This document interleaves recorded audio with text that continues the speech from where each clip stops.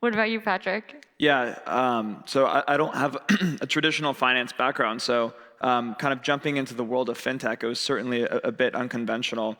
And we really got our start at Y Combinator about 2.5 years ago. And it was demo day for us was actually a pretty sad day because Apple had announced the launch of Apple Card that day. Oh. Investors were literally canceling their meetings with us. They're like, you guys are toast. And then there's all these other European fintech companies that were announcing launch plans to come into the US. So like getting the initial seed funding for us was a really cumbersome, brutal process.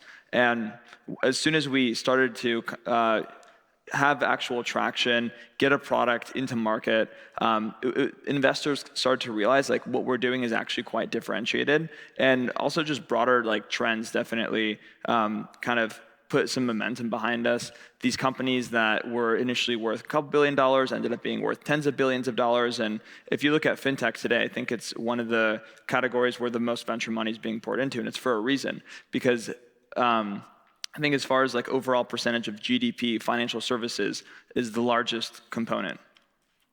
So I think people just started to realize, I think in the last 12, 16 months how big these opportunities really are.